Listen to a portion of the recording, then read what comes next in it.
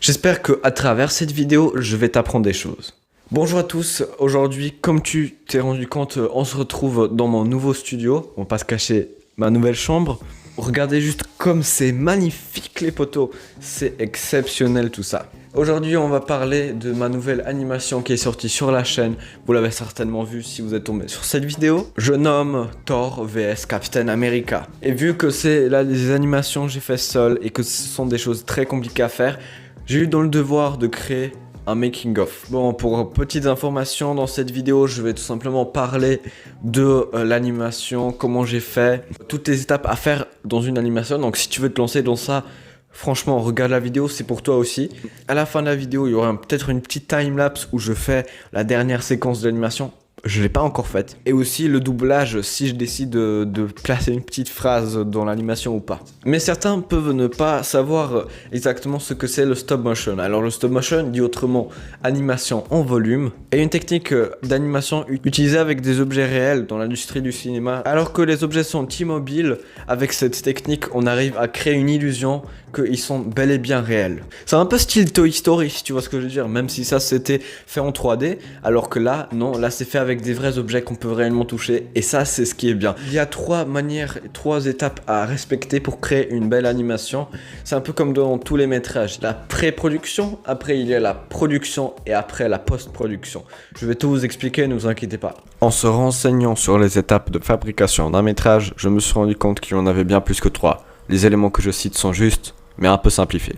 Bon visionnage. Vous la connaissez sûrement, la pré-production, c'est un peu le passage où tu écris le scénario, tu écris le script, tu fais aussi le storyboard, j'espère que vous savez, hein. Tout le monde sait ce que c'est le storyboard ici, ok? Figurez-vous qu'en fait, moi, quand je fais mes animations, souvent je respecte pas tout ça. Pour info, l'animation sur le Corona, vous l'avez sûrement vu déjà. Ça, c'était fait complètement avec un script, complètement avec un storyboard et tout, pour que tout soit en ordre. Mais moi, je suis une personne qui aime bien improviser dans la vie. Et du coup, moi, mes techniques qui ne sont pas vraiment à reproduire, c'est juste de s'imaginer le scénario dans la tête et du coup de faire l'animation de petit à petit. Franchement, faites-le si vous êtes un peu comme moi. Mais comment dire, si vous faites genre une pause de 2 mois entre l'animation, à l'intérieur de l'animation, vous revenez, vous avez plus vraiment les idées en tête. Là, ça peut être compliqué, je l'avoue, ça m'est déjà arrivé. C'est pour ça qu'il y a des animations que je n'ai jamais terminées. Surtout que ça prend super beaucoup de temps à faire, des milliers de photos. Comment est-ce que j'ai fait la production? Alors simplement la production déjà, on le sait tous, il faut un décor, surtout si tu fais un truc avec une animation avec des Lego, c'est très important le décor du coup. Moi dans cette animation, j'ai fait carrément le plus grand décor jamais fait. Il faisait au moins cette taille, 40-50 cm. Moi, comparé à ce qu'on pourrait croire, non, je n'ai pas l'habitude de faire tout ça, je n'ai pas l'habitude de construire des Lego, même si je fais des animations avec, ça veut pas dire que je suis un fan de Lego, ça veut dire juste que j'aime bien tout ce qui est métrage, tout ce qui est réalisation, animation et tout ça. Donc voilà. Installation caméra et lumière, ça peut aussi paraître assez compliqué parfois. Mon animation, niveau lumière, elle est déjà superbe. Il y aura une petite séquence que j'ai filmée pendant le tournage d'animation, vous verrez. Mais je n'utilise presque pas de softbox. J'utilise pas des softbox, juste des lampes de table qui sont LED. Et petit bijou, pour cette animation, je voulais rendre un peu cette animation, un peu style Stranger Things. Je sais pas si vous avez vu la colorimétrie, surtout la saison 3, c'était super, un peu ces couleurs rose, rouge, si vous voulez ce que je veux dire. J'ai pris ça, regardez. Ça, c'est un bijou. C'est genre juste une lampe d'ambiance, mais grâce à ça, ça change tout les gens, parce que je vous passe juste une image de l'animation que j'ai testée sans la lumière et une image avec la lumière, et vous allez voir la différence, elle est flagrante. Certains vont aussi se dire, et Dominique, pourquoi en fait durant cette animation tu parles comme ça, sans vraiment faire vraiment le making of, comment t'as fait les techniques, comment t'as fait en direct et tout. Bah en fait tout simplement, j'ai déjà fait énormément de vidéos, enfin pas énormément, on va dire 3, qui étaient des tutoriels sur des animations stop motion. Franchement, vas-y, regarde-les. Elles sont quand même pas mal, même si certaines datent un peu, mais va dans les vidéos les plus populaires de ma chaîne, tu vas les voir. Si tu t'intéresses à des techniques d'animation, comme par exemple faire marcher des Lego, faire courir des Lego, faire voler des Lego, tout ce que tu veux, fais-le parce que c'est super intéressant, regarde, mais là je vais pas expliquer dans les détails toutes les techniques. Il y a des techniques que tu peux faire en post-prod, il y a des techniques que tu peux faire directement en production de l'animation. En tout cas, abonne-toi à ma chaîne aussi si tu es nouveau. Franchement, ça ferait juste plaisir. Si vous voulez avoir approximativement le nombre de photos que j'ai faites à travers toute l'animation, entre les 700 et les 1000 photos. Donc c'est une animation assez courte, mais ça prend tellement de temps à faire. Bien évidemment, tu dois bouger les personnages à chaque fois, entre chaque photo, faire gaffe que la lumière soit là. En passant, voilà, si vous êtes intéressé à m'aider à faire des petites animations ou n'importe quoi, des petits courts-métrages, venez sur mon Instagram. Le lien est dans la description, Dominique-vidéo. Ça ferait super plaisir de bosser à plusieurs sur un projet. L'action, comment est-ce que j'ai fait? Comment on fait pour faire de l'action, surtout en animation en stop motion? Il y a plusieurs manières de faire l'action. Déjà, on le voit beaucoup sur YouTube, faire des zooms, faire beaucoup de cuts, des zooms, beaucoup de cuts partout des cuts. Mais par contre, ça rend pas vraiment super excellent comme résultat parfois. Mieux vaut ne pas faire de cuts que d'en faire trop. Voilà. Petit tips que je vous donne si vous faites n'importe quoi, des vidéos ou juste des animations. Essayez de faire des mouvements de caméra pendant que vous faites l'animation. Ça peut être compliqué parce que tu dois bouger de petit à petit. Ça rend un truc super dynamique. Faites-le. Hey les potos, on se trouve dans la petite partie du making of où je raconte comment je fais en plein tournage de stop motion. Je vais tout vous montrer. Bah j'ai même pas des vrais spots de lumière, c'est que des lumières de table, tu vois. Mais j'en mets beaucoup. Et la petite touche, c'est ça, cette lumière. C'est une lumière d'ambiance ou je ne sais pas quoi. Et à l'image, ça rajoute une petite couleur un peu rosâtre, pas rosâtre, rose. Et ça donne un petit côté, c'est beaucoup mieux comme ça. Si j'enlève rien de professionnel, une plaque de Lego, un petit décor, bien évidemment derrière, il n'y a rien, hein. C'est que le décor, on dirait quelque chose mais pas du tout.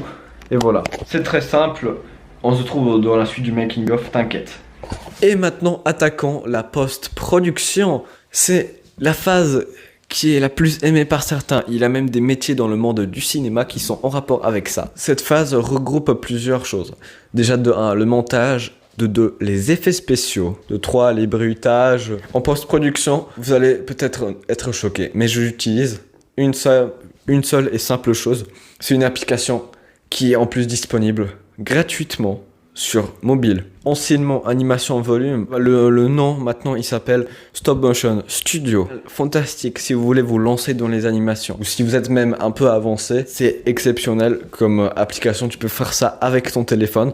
Bien évidemment, moi je fais les photos avec ma caméra et après j'exporte parce que j'ai pas de PC et ça c'est pas bien.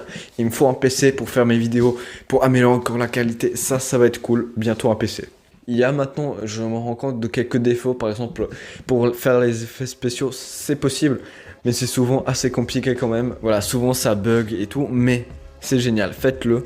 J'ai déjà fait dans le making-of de mon animation que j'ai faite il y a presque un an, un petit tuto pour faire un effet spécial sur comment faire voler Lego, mais de la manière post-production. Du coup, faites-le, regardez, je vais pas m'attarder là-dessus. Elle permet de reprendre des bruitages, des musiques qui sont libres de droit, bien évidemment. Aussi, un autre point, les FPS. J'espère que vous savez ce que c'est. FPS, en traduction, c'est photos par seconde ou c'est frame per second. Et bon, le but, c'est combien il y a d'images qui sont passées par seconde. La base dans stop motion, un bon 22 images par seconde. Vous pouvez commencer par 15, après augmenter le plus vous êtes à l'aise avec tout ça. Bien évidemment, quand vous en faites 15, ça va être plus rapide à faire l'animation. Mais par contre, elle va être un petit peu moins fluide, on va moins voir les vrais mouvements. Le plus vous augmentez, vous pouvez faire jusqu'à 25. Après plus, ça sert à rien parce que notre œil, il peut pas apercevoir plus que 25 images par seconde. L'application, elle vous permet de faire tout ça.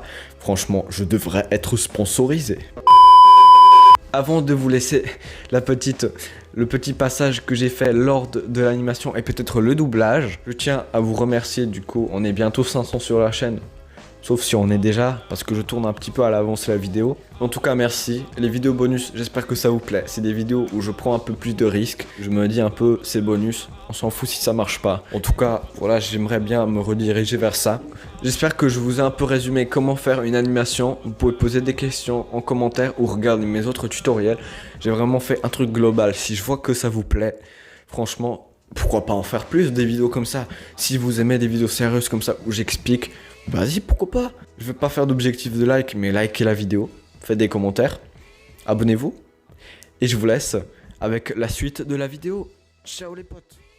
Bonjour, comment aujourd'hui on se retrouve pour la fin de la vidéo. Ne vous inquiétez pas, je vais pas faire trop long, je vais essayer de faire assez rapidement. On fait la dernière séquence, c'est dans la salle de cinéma. Donc désolé, je ne suis pas un pro, je veux pas investir dans des trucs super chers. Franchement, je pense que ça va faire l'affaire. Avec un peu une ISO assez faible, franchement ça le fera. Et pour information, les gens, on est déjà 19h43. Comment dire que ça va être chaud de finir aujourd'hui, parce que demain la vidéo doit sortir à 14h. C'est chaud patate. Donc franchement, petit bijou, hein, on va pas se le cacher, pour faire le petit reflet de la caméra, on va utiliser tout simplement ça. Ça c'est magnifique, le petit bijou comme vous le connaissez. Franchement c'est parti. N'oubliez pas de vous abonner parce que on va plus parler dans cette vidéo. Je vais vous montrer une petite timelapse filmée avec mon téléphone de comment j'anime tout ça. Abonne-toi s'il te plaît, ça ferait plaisir. Merci, 500 abonnés. Et c'est parti.